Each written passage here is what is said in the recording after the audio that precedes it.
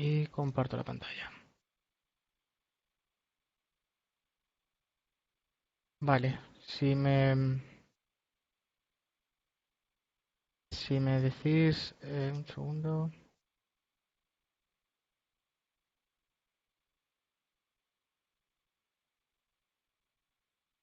Sí, ya la tienes compartida perfectamente, toda la pantalla.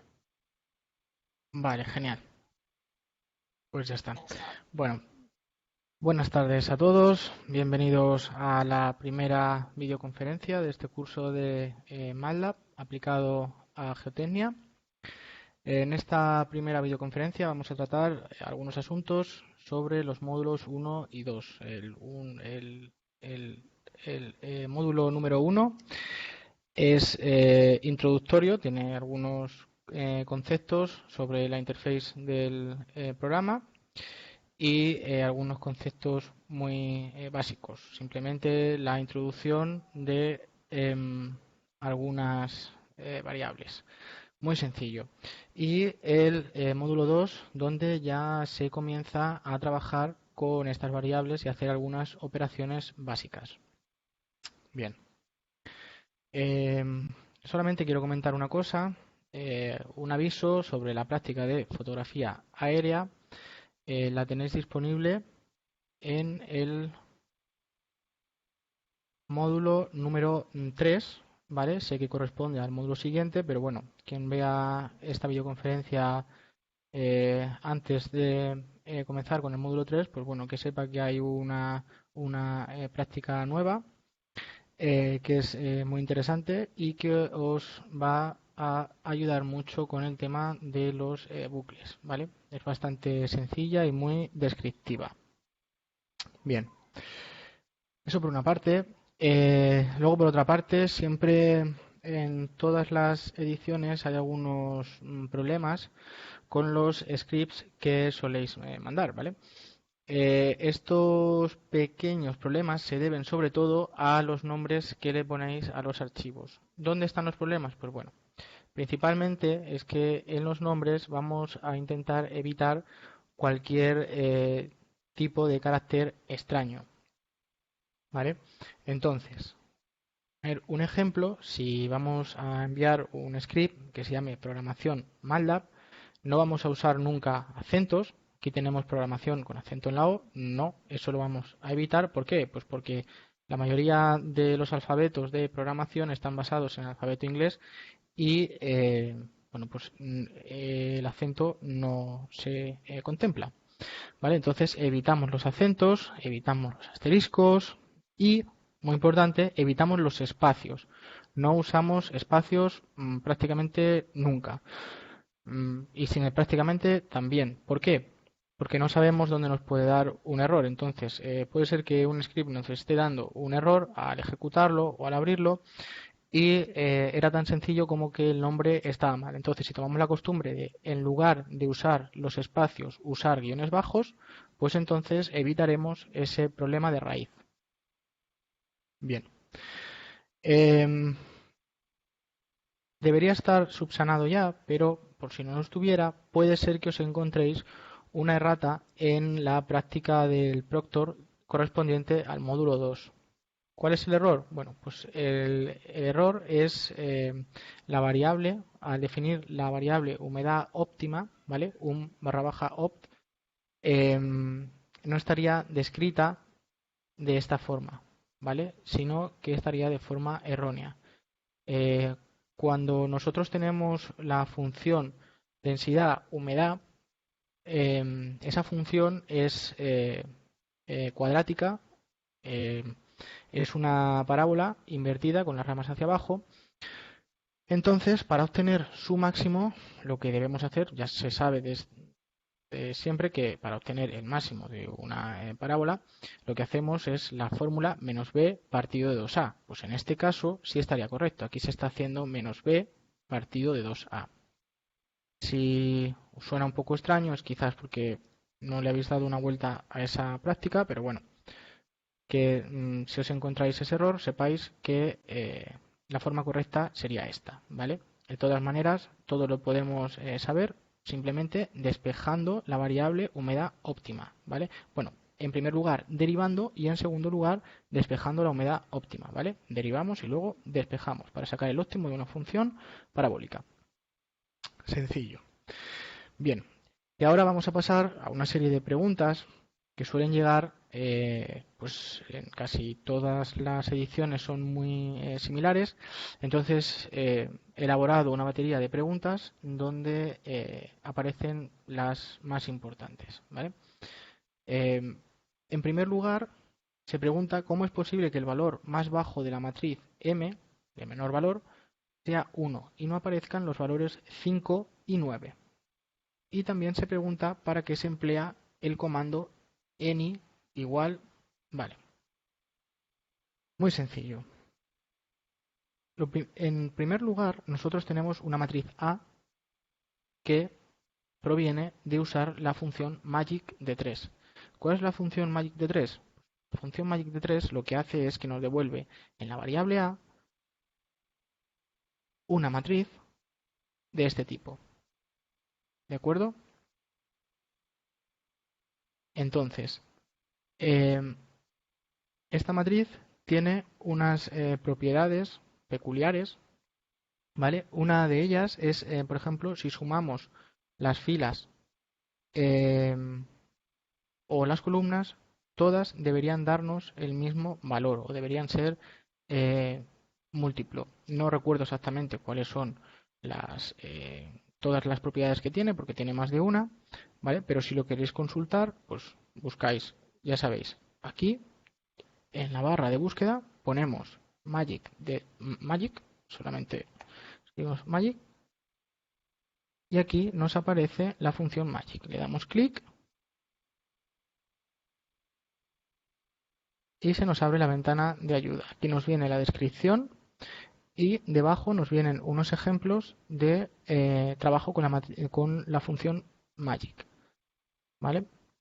El argumento 3, bien podría ser 2 o 4, es el orden de la matriz, ¿vale? Si le ponemos 4, pues nos devolverá una matriz de 4 por 4. Sencillo, igual que con esta función, si tenéis duda de cómo funciona cualquier otro comando, pues actuaríamos de la misma forma. Bien, entonces, ¿para qué la solemos usar? Pues bueno, pues sobre todo nos viene bien para hacer pruebas con ella, ¿vale? Entonces, como es un ejemplo práctico, pues trabajamos con esta función. Nos da números enteros, positivos, entonces es más o menos sencillo trabajar con ello. Después, M, aunque aquí nos pregunten el valor más bajo de la matriz M, M no es una matriz, M es un vector, ¿vale? En este vector se almacenará las variables de salida de la función find. ¿Qué hace esta función? Pues esta función lo que hace es comprobar dónde se cumple esta condición que nosotros le estamos imponiendo. Es decir, en este caso es que la matriz A sea mayor o igual que 4. ¿La matriz A en conjunto mayor o igual que 4? No. Lo que va a hacer es comprobar cada uno de sus elementos. Entonces, en cada uno de los elementos que se cumpla esta condición, se va a ir almacenando en los elementos del vector M. ¿En qué posiciones se cumple que A sea mayor que 4? Pues en 1, 3, 5, 6, 7, 8 y ya estaría. Vale, hasta 8. Entonces, y vosotros diréis, pero las coordenadas de una matriz o los elementos de una matriz se nombran por fila y columna. Sí y no. Podemos nombrarlo por fila y columna, aunque MATLAB también suele hacer lo siguiente. Y nosotros también podemos hacerlo. Si queremos nombrar el elemento de una matriz. Por ejemplo, A de 3 sería el número 4. ¿Por qué? Porque también lo podemos nombrar los elementos de la siguiente manera. El 8 sería el 1, el 3 el 2, el 4 sería el 3, el 1 sería el 4, 5 el 5 y así sucesivamente, ¿vale? 1, 2, 3, 4, 5, 6, 7, 8 y 9. Y si comprobáis para qué valores se da la condición de que A sea mayor o igual que 4, coinciden con los valores que están en el vector M. Bien, ahora si nosotros hacemos A de M, ¿vale? Cogemos los valores de A para las posiciones M, las que hay almacenadas en el vector M, y le damos igual a 10, nos va a convertir esos que eran mayores o iguales que 4 en 10, en el valor 10. Sencillo. Si nosotros ahora queremos buscar si hay algún elemento de la matriz que sea igual a 3, haremos lo siguiente. Hacemos any, buscamos si hay algún caso en el que A sea igual a 3. Y como no le estamos asignando ninguna variable, porque veis que no hay aquí ningún variable igual a any de tal. No, no lo hay. ¿Vale? Cuando no asignamos una variable, pues entonces MATLAB lo asigna por defecto a la variable ans. ¿Vale? La variable ans está digamos, protegida, ¿vale? Para almacenar los valores cuando no se le asigna una variable en concreto. Entonces, en este caso lo que hace es que me dice en el vector 1, en la primera posición, aquí está buscando por vectores, en la posición 1, aquí se cumple esta condición que tú me has dicho, ¿vale? Que no sabemos si lo va a devolver por vector, por elemento, tal. Bueno, pues lo más sencillo es, hacemos una prueba y entonces vemos cómo nos lo está devolviendo, ¿vale? Si no queremos hacer una prueba, pues buscamos la función any y buscamos un ejemplo de la función any y vemos cómo se dan los argumentos de salida o cómo está realizando esta comprobación y cómo me lo está mostrando a mí.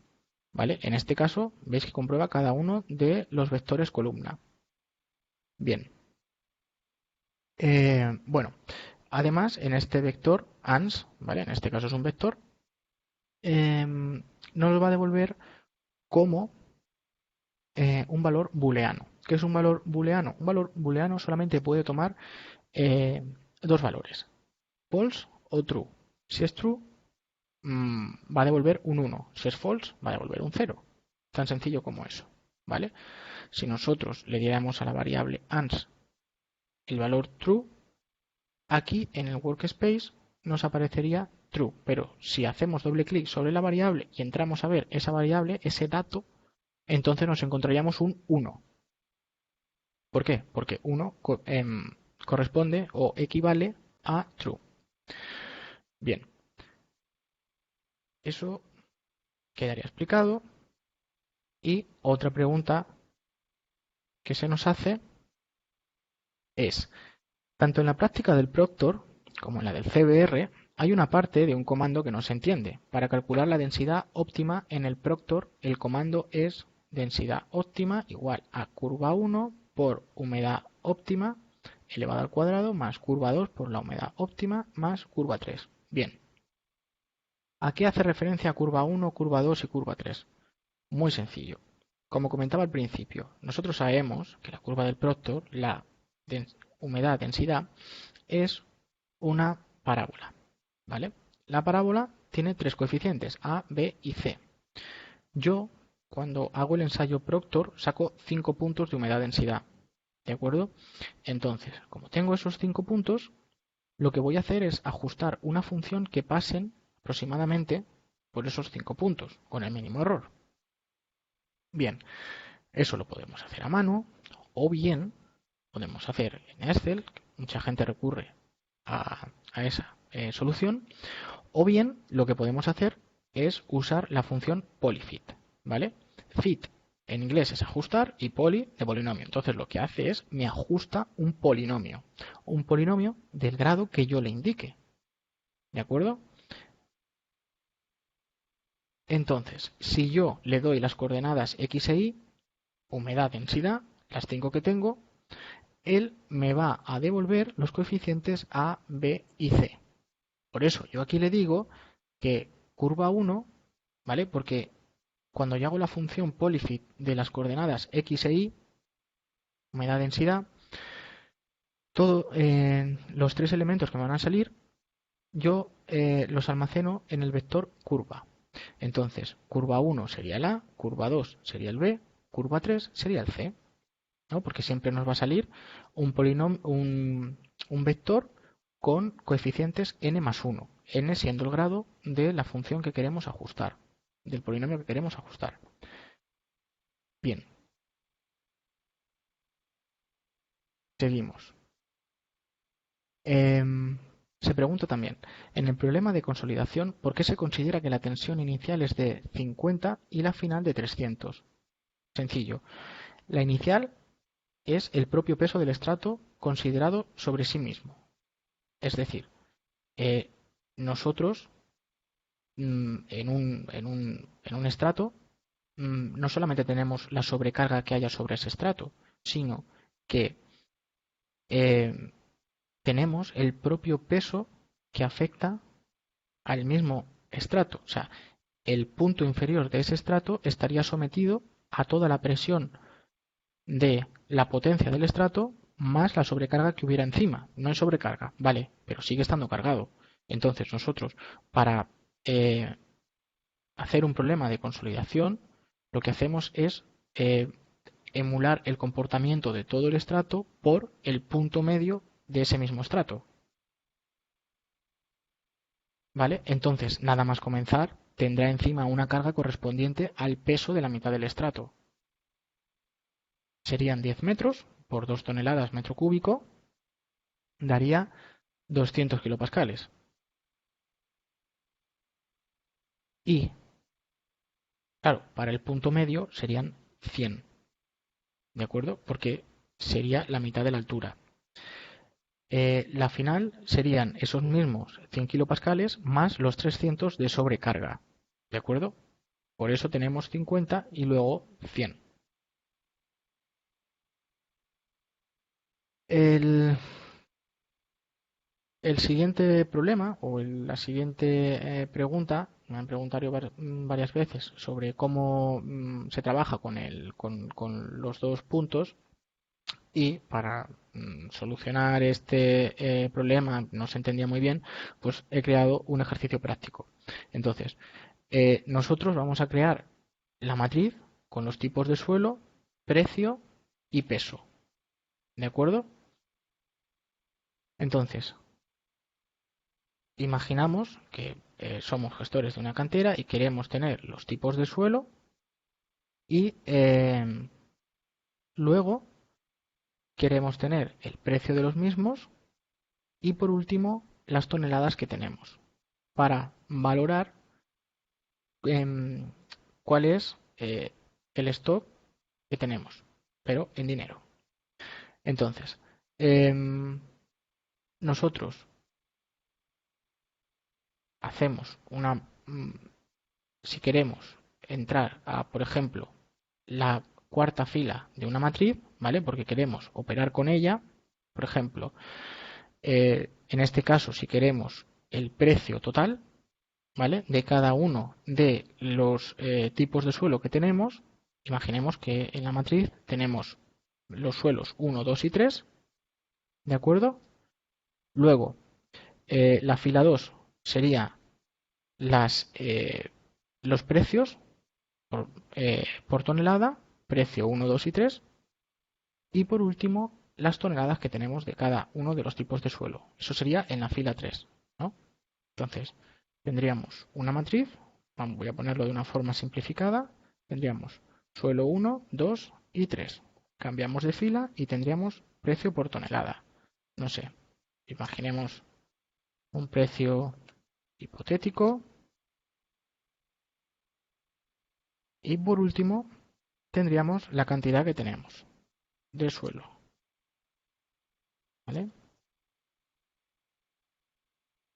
Bien, entonces a mí se me quedaría de la siguiente manera. Suelo 1, 2, 3. Segunda fila, precio 1000, 1500, 1600. ¿Toneladas que tengo de cada uno de ellos? Pues 10.000, 200.000 y 300 toneladas. ¿Vale? Entonces, ahora nosotros queremos añadir una cuarta fila para valorar el total de dinero que tendríamos en cada uno de esos suelos. Bien, ¿cómo lo hacemos? Pues podríamos ir multiplicando uno a uno los valores, etcétera, etcétera. La forma más sencilla, pues sería que yo le digo de la matriz A, la cuarta fila, coma. Y esto significa para todo. ¿Para todo qué? Pues para todas las columnas. ¿Qué tengo? ¿Tres columnas? Pues lo va a hacer para esas tres columnas. Pues para estas tres columnas, su valor va a ser la matriz A de 2, o sea, la segunda fila, que sería precio, punto asterisco, O sea, lo que va a hacer es hacer la multiplicación punto por punto, es decir, 1000 por 10 por 10.000, 1500 por 200.000 y 1600 por 300. ¿De acuerdo? Eso es la multiplicación punto a punto. ¿Por qué? Porque si no lo haría de forma vectorial. Bueno, en este caso no podría porque son dos filas, pero bueno. Si lo que queremos hacer es una multiplicación punto a punto por cada uno de los valores que se dan, pues entonces usamos punto y luego asterisco. Igual para el cuadrado, igual para la división y creo que no se me olvida ninguna de las operaciones que habría que poner punto, ¿vale? Bien, pues entonces, dicho esto, luego tendríamos la multiplicación punto a punto de la fila 2 por la fila 3. Y todo eso se almacenaría para todas las columnas de la fila 4. Sencillo. Otra pregunta bastante recurrente, que es muy sencilla, pero siempre está bien recordarlo, y es que os habréis encontrado en los scripts en alguna ocasión que la fila escrita se acaba con 3 puntos suspensivos. Bien, ¿qué significa que se acabe con 3 puntos suspensivos? Pues muy sencillo. Lo que significa es que continúa en la parte siguiente. ¿Vale? En la línea siguiente, perdón. Entonces, si por ejemplo yo estoy aquí escribiendo si el retenido acumulado el tanto por ciento de la longitud del retenido acumulado en tanto por ciento menos 8 tal es mayor que 0,5 por retenido, es una línea muy larga. Entonces, si queremos evitar irnos fuera de los márgenes de nuestro script, ponemos 3 puntos suspensivos, damos intro y podemos continuar escribiendo. ¿Vale? Y todo lo que venga en la línea a continuación, MATLAB lo va a interpretar como que es parte de la línea anterior. ¿De acuerdo? Y así evitamos irnos fuera de los límites de nuestro script. No pasaría nada, lo único que nos aparecería aquí una barra de desplazamiento horizontal y pues bueno, si queremos estar consultando lo que hemos escrito anteriormente, pues entonces sería un poco más incómodo. ¿De acuerdo? Pero la funcionalidad que tienen los 3 puntos suspensivos es la de seguir escribiendo en la línea a continuación.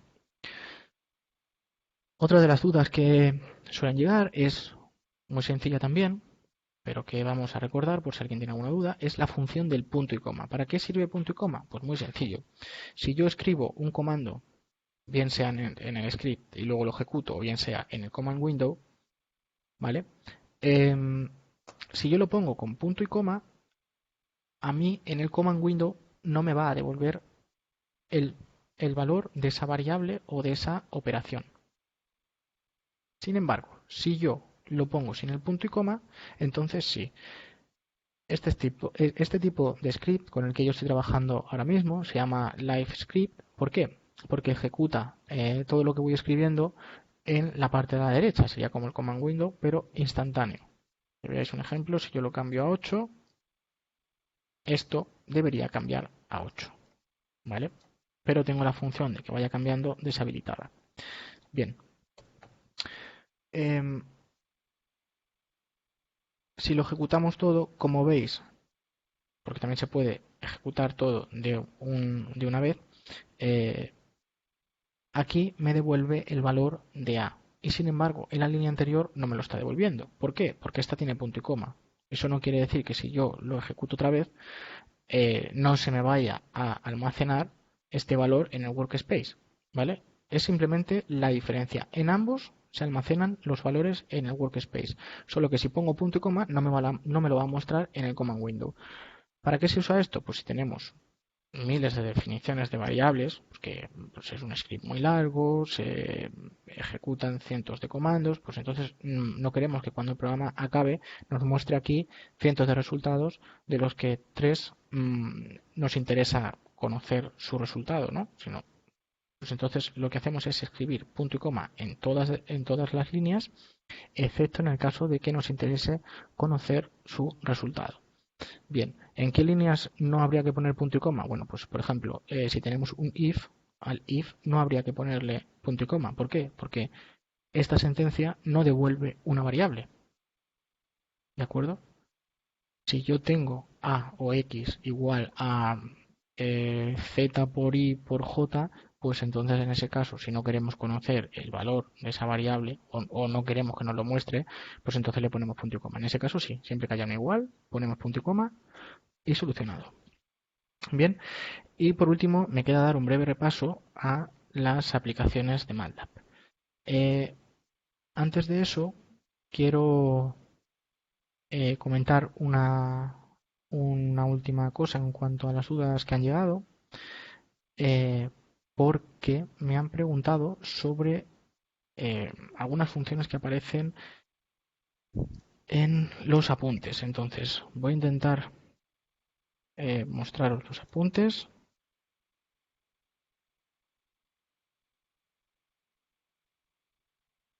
Hay un apartado donde vienen, aquí lo tenemos, vienen un montón de funciones que, bueno, pues unas operan con escalares, otras operan sobre vectores y otras sobre matrices.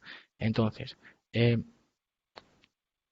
la, la explicación que está puesta en las notas es muy escueta, es corta, es simplemente para hacernos una idea de cuáles son eh, las funciones más básicas, no todas, son las más básicas las que es más probable que podamos utilizar en el día a día, ¿vale? Entonces esto es material de consulta, pero aquí no viene explicada cada una de las funciones particularmente. Entonces, si nosotros intuimos que una de estas funciones nos puede venir bien para alguna cosa, eh, la forma de proceder es, por ejemplo, nosotros queremos saber qué es lo que hace la función cum-sum, pues entonces lo que deberemos hacer es buscarla aquí, en la barra de búsqueda.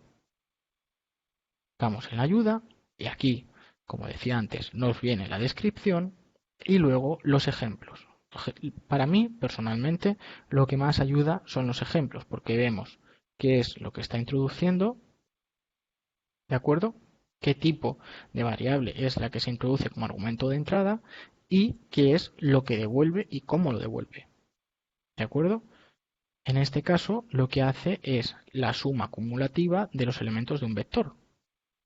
¿Vale? Pues nosotros le damos un vector que va desde 1 hasta 5, 1, 2, 3, 4 y 5, hacemos su suma acumulada, entonces tenemos el primero es 1, el segundo 1 más 2, el tercero 1 más 2 más 3. ¿Veis? Así. Esta es la forma más sencilla de entender qué es lo que hace una función. ¿Por qué en este curso no se detalla cada una de las funciones que tienen, valga la redundancia, las funciones?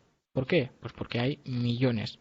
Entonces, aquí, en este documento, que repito es de consulta, se dan las operaciones más básicas, las funciones más rutinarias y bueno, pues simplemente una breve descripción para que sepáis más o menos qué es lo que hace. Claro, por ejemplo, nos encontramos sobre las que actúan sobre escalares que no tienen ninguna descripción, pero es obvio que no es necesario explicar qué hace la función seno de x, porque en cualquier, hasta en una calculadora, eh, viene la función seno. Entonces, estas que son las más sencillitas, pues no haría falta. ¿Tenemos alguna duda? Pues entonces la metemos en la búsqueda de MATLAB, en la ayuda, y con eso sería suficiente. Bien, un segundo que voy a comprobar si tenemos alguna pregunta más. Eso creo que eso era todo. Entonces, MATLAB, además de bueno, todas las funcionalidades que tiene el propio lenguaje, tiene un apartado de aplicaciones, aplicaciones que están predesarrolladas, o sea, son aplicaciones que nosotros lanzamos y utilizamos. ¿Cuáles son estas aplicaciones? Pues bueno, para verlas nos iremos a la parte superior del programa, aquí arriba, a la pestaña Apps, y aquí podemos hacer clic en el desplegable y aquí tenemos las aplicaciones que nosotros tenemos disponibles ordenadas por temática. ¿no? Aquí tenemos Machine Learning, tenemos Math, Statistics and Optimization. Tenemos, por ejemplo, Application Deployment. Bien, ¿podemos conseguir más? Sí, se pueden conseguir más aplicaciones. ¿Cómo las conseguimos? Pues en este botón de aquí de la izquierda, en Get More Apps. ¿Vale? Aquí nos conectará con la central de las aplicaciones de MATLAB y nosotros podemos descargar más. ¿Podemos crear una aplicación? Sí. Y en el último módulo veremos algunas opciones para desarrollar aplicaciones, ¿vale? Pero eso se verá en el último módulo. Las aplicaciones que nosotros podemos obtener en Get More Apps son propias de MATLAB. Pues sí y no. Hay unas que son propias, desarrolladas por MathWorks, son obvios, son las que mejor funcionan, las más optimizadas y las más utilizadas. Pero eso no quiere decir que no haya una persona en Massachusetts que haya realizado una aplicación para el cálculo de zapatas que a nosotros nos venga estupendamente bien. Pues entonces nosotros nos iremos a Get More Apps y buscaremos por temática. Por ejemplo, pues footing, que son cimentaciones, o geotechnical, o algo así, ¿vale?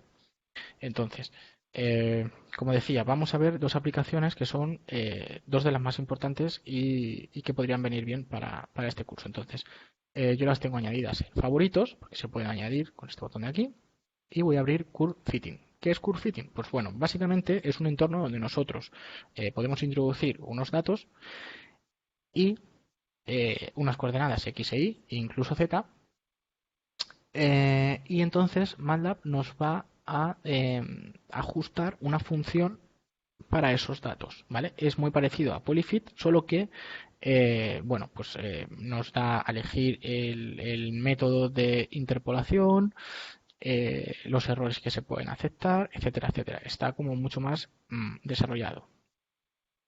Bien, no voy a introducir ningún dato para hacerlo lo más corto y lo más sencillo posible. Si alguien lo quiere utilizar, tiene alguna duda y quiere que suba algún documento con más explicación sobre esto, pues no tengo ningún problema, que me escriba y yo se lo explico con mucho más detenimiento. Entonces, es muy sencillo. Nosotros aquí daríamos el nombre a nuestro proyecto, nuestro documento, como lo queráis llamar. Luego nosotros aquí seleccionaríamos los datos. ¿Por qué no viene ninguno? Porque yo en el workspace, fijaos que no tengo cargada ninguna variable. Entonces, yo aquí debería tener pues algún vector con datos, ¿vale? Pues me dejaría elegir entre los vectores que tuviera, vectores, matrices, lo que sea. Para los datos de la igual y para los datos de la z igual. Y luego además también aceptaría vectores para dar peso a esos valores, ¿vale? Pues, si nosotros consideramos que los valores impares deberían pesar más a la hora de hacer el ajuste que los valores pares, pues entonces nosotros aquí podemos establecer un sistema, un vector de pesos, ¿vale?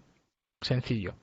Bien, bueno, pues luego tendríamos que poner el tipo de función o de salida que queremos que nos devuelva, ¿vale? Interpolación o queremos un polinomio, etcétera, etcétera. Y luego el método, si es método lineal o si es el del vecino más cercano, si es cúbico, etcétera.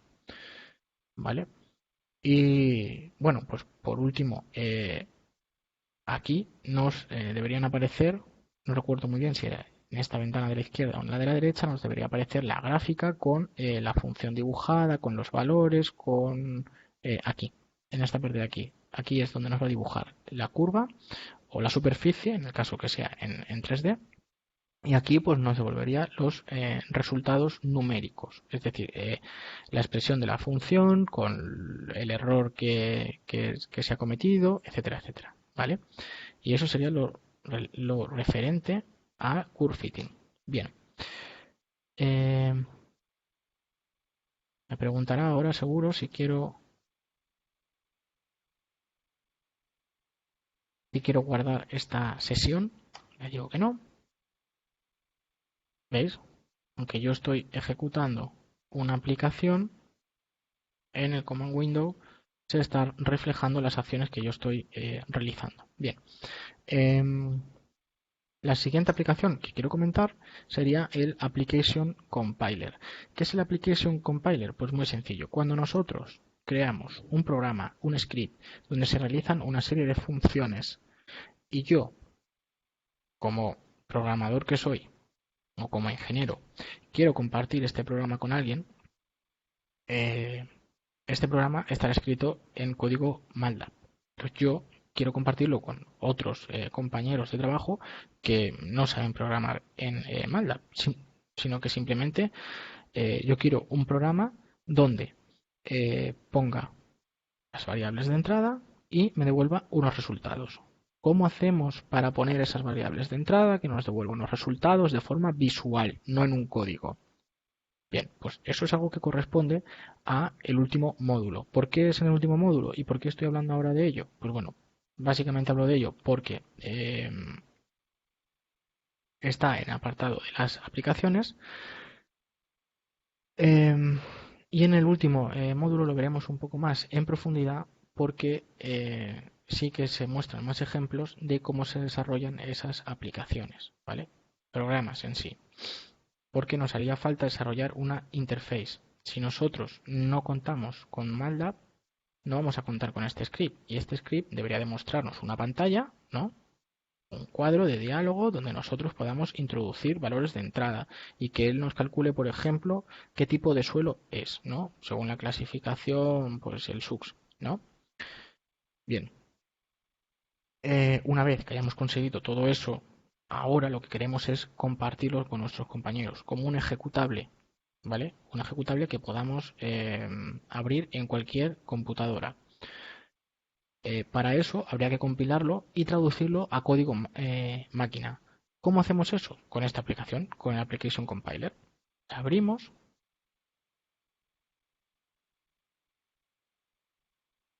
nos abre su entorno y bueno, nos muestra un pequeño formulario, un pequeño paréntesis, y es que quiero comentar que el desarrollo de las aplicaciones con MATLAB son aplicaciones muy sencillas. No quiere decir que no sean potentes, pero son sencillas. La base es que no tengan una interface, eh, por desgracia o por suerte a veces, no es una interface demasiado elaborada, tampoco te da la opción de hacerlo muy elaborado, ¿no? Pero eso no quiere decir que no sean potentes. Entonces, bueno, pues si no es muy elaborado, pues tampoco es que tenga millones de opciones, sobre todo si lo que vamos a hacer es compilar un programa, digamos, sencillo, aunque sea potente, ¿vale? Entonces, nos muestra un formulario donde nosotros podemos ponerle aquí, por ejemplo, un icono de programa, de una foto, pues de una zapata o de un pilote, lo que queramos, ¿no? Por poner un ejemplo. O el logo de nuestra empresa. Entonces nosotros tendremos aquí el nombre de la aplicación, la versión que estamos compilando. Sabéis que las aplicaciones, conforme pasa el tiempo, se van optimizando, pues entonces la versión de la aplicación iría aumentando, ¿no? El 1, el 1.1, si tenemos grandes cambios ya nos pasaríamos al 2.0, etcétera. Entonces tendríamos el autor, dato de contacto, que sería nuestro email, la compañía, en caso de que queramos. Todos estos campos no son obligatorios. Aquí podríamos poner un pequeño resumen. Aplicación para el cálculo de zapatas. En descripción. Esta aplicación desarrolla el cálculo de zapatos en tales condiciones, etcétera, etcétera, ¿no? Por el método de Business o bueno, de lo que queramos. Bien, luego aquí nos pediría los archivos que son requeridos para que la aplicación funcione, pues el propio script de la aplicación, ¿no? Y luego, pues por ejemplo, si ese programa nos va a mostrar algún gráfico, alguna fotografía o cualquier cosa por el estilo, también debería estar aquí incluido, ¿vale? Y por último, los archivos que se instalarán en el usuario final. O sea, es decir, esto va a ser un programa que o bien lo podemos hacer que se ejecute, que sea portable, o bien que se ejecute, perdón, que se instale en la máquina del usuario. Bien, y eso sería todo. Entonces, nosotros añadiríamos esos archivos principales aquí. Luego tendríamos que elegir si el runtime se descarga desde la web o si se incluye en el paquete. Veis la diferencia de pesar 5 megas a pesar 754. Y por último iríamos a las opciones. Que bueno, en teoría aquí no habría que tocar nada. Si alguien tiene intención de hacer algún programa, pues bueno, que me contacte y yo le explico para qué sirven cada una de estas utilidades. ¿Vale? He comentado de pasada el tema del runtime, pero es un aspecto muy importante. ¿Por qué? Porque yo esto lo voy a compilar, lo voy a traducir a un código, pero cada ordenador debe saber interpretar ese código. ¿Vale? ¿Cómo se va a interpretar ese código? Pues con una biblioteca. Esa biblioteca se le llama runtime. ¿Vale? Esa biblioteca lo que hace es, tiene todas las funciones que nosotros elaboramos o que se pueden elaborar y su traducción a código máquina. Entonces, podemos hacer que la persona que lo reciba cuando lo quiera instalar se lo descargue desde la web, tendrá que estar conectado a internet, o por ejemplo si sabemos que lo vamos a instalar en un ordenador que está en el laboratorio y que no tiene conexión a internet porque físicamente no es posible, pues entonces deberíamos incluir el runtime en el mismo paquete de instalación. ¿Vale? Y eso sería todo en cuanto a el Application Compiler. Nos pregunta si queremos guardar este proyecto, le decimos que no, y eso sería todo.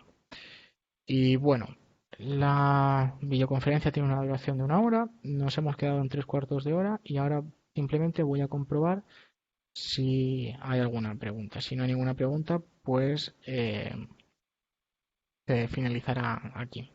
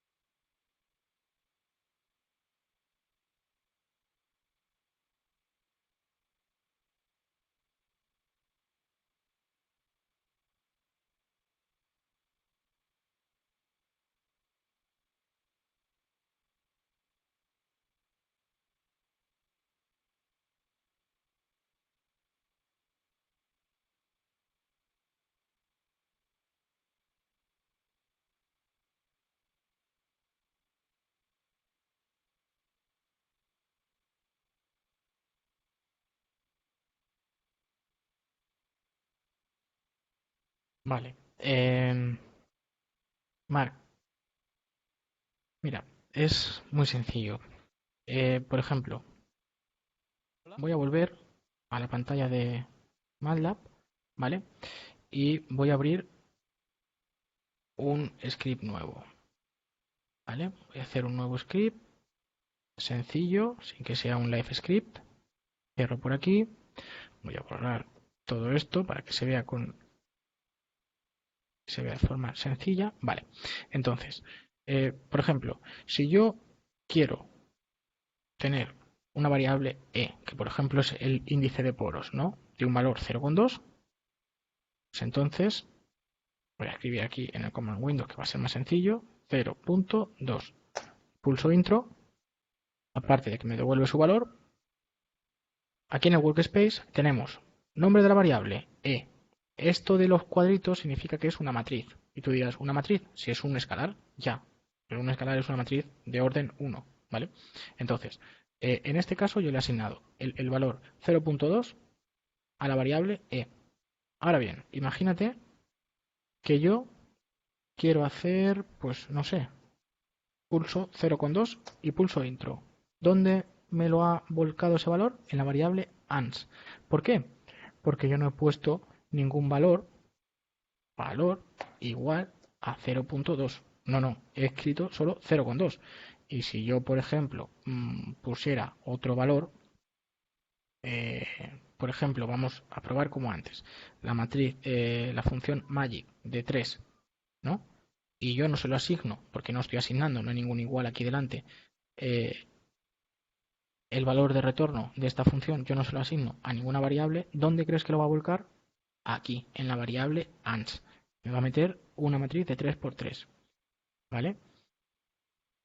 Aquí. Ah, por cierto, lo va a volcar aquí sobreescribiendo lo que haya anteriormente. O sea, si yo antes tenía que el valor ans era 0,2, entonces ahora cuando pulse intro, ¿ves? Ya me ha cambiado ese valor de ans. Ahora tengo la matriz magic de 3, ¿vale? Claro, esto está bien y está mal. Hay que tener cuidado, hay que asignar todos los valores a una variable, porque si no, lo que podemos hacer es estar pisando valores. Si no, MATLAB, ¿cómo sabe que 0,2 corresponde a la variable e y no a la j?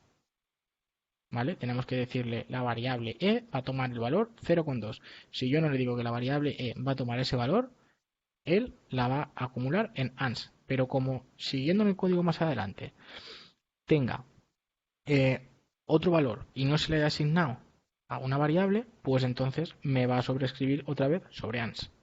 ¿Vale? No sé si ha quedado ahora más claro. Ah, por cierto, me preguntabas, ¿por qué lo relacionas con los booleanos? Bueno, no es que tenga relación con los booleanos, ¿vale? Es que en ese caso particular, que estábamos viendo antes, pues entonces lo que se estaba cargando sobre la variable ans era un vector con valores booleanos, ¿vale? Yo en la variable ans puedo volcar el valor que yo quiera, como en cualquier variable. Mira, por ejemplo, si yo, por ejemplo, pongo la, una variable que sea, o sea, un valor, un texto que sea mark y pulso intro, ahora la variable ans va a tener el valor mark, que es una cadena de caracteres, ¿ves? ch de characters, ¿vale? Si yo, por ejemplo, escribo el valor true, aquí me lo va a cambiar a un booleano, que va a tener el valor 1. Igual que es un valor unitario en este caso, podría ser un valor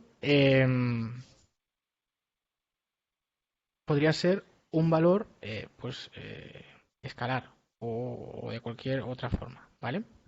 No sé si ha quedado ahora ya un poco más claro. Vale, bien. Eso entendido. Y si me das la segunda pregunta, te la intento resolver.